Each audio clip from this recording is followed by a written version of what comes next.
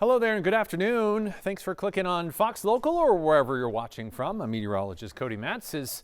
We'll look at your forecast, and it's going to be kind of wild here over the next 72 hours. Now, granted, that doesn't necessarily include Thursday.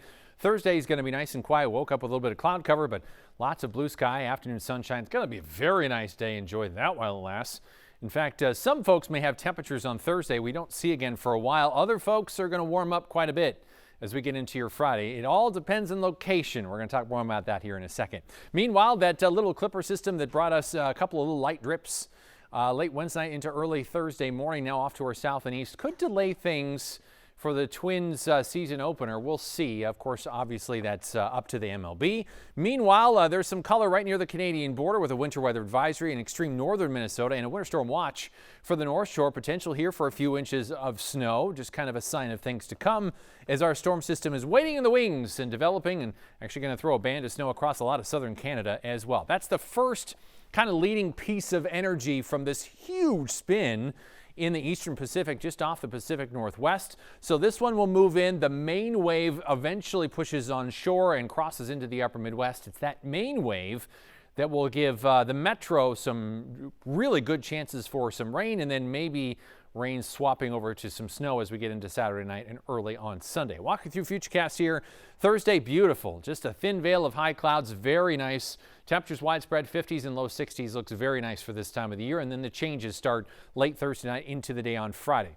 Before sunrise, we'll see cloud cover increase from the south and east. Huge surge in low-level moisture, and so that gets what we call a stratus deck going, or low clouds moving their way in. And as that occurs, a lot of times we'll actually get some scattered showers to develop just around and a bit before sunrise. So that best chance will be across our eastern zones as we head into Friday morning. We'll start with a lot of cloud cover, and then we'll break through some of that south of our warm front, which eventually kind of stalls out in parts of central Minnesota.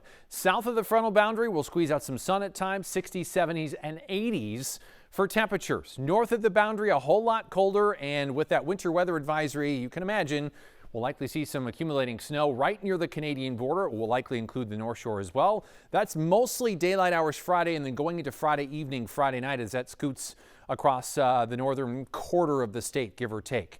Now, regardless of how warm we get in the metro, it will all come crashing down Friday evening, Friday night as the cold front hits. A couple of isolated rumbles not out of the question as that scoots on by. All of that kicks eastward. We wake up Saturday morning actually fairly quiet.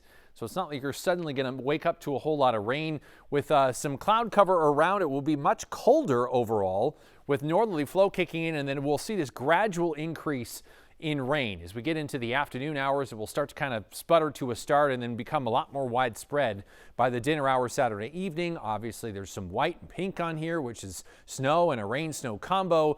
That starts in central Minnesota, and then that changeover probably drifts south and eastward through time Saturday night. So we will probably see some flakes in the metro. Whether we get accumulation or not remains to be seen. Of course, we'll have more updates coming up on Friday as we get closer to that.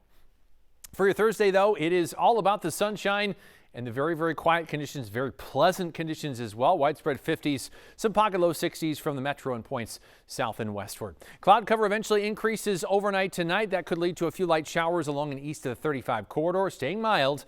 Overnight lows in the 40s, some 30s parts of northern Minnesota, and that sets up our contrast in temperature as the warm air surges its way in for some of us.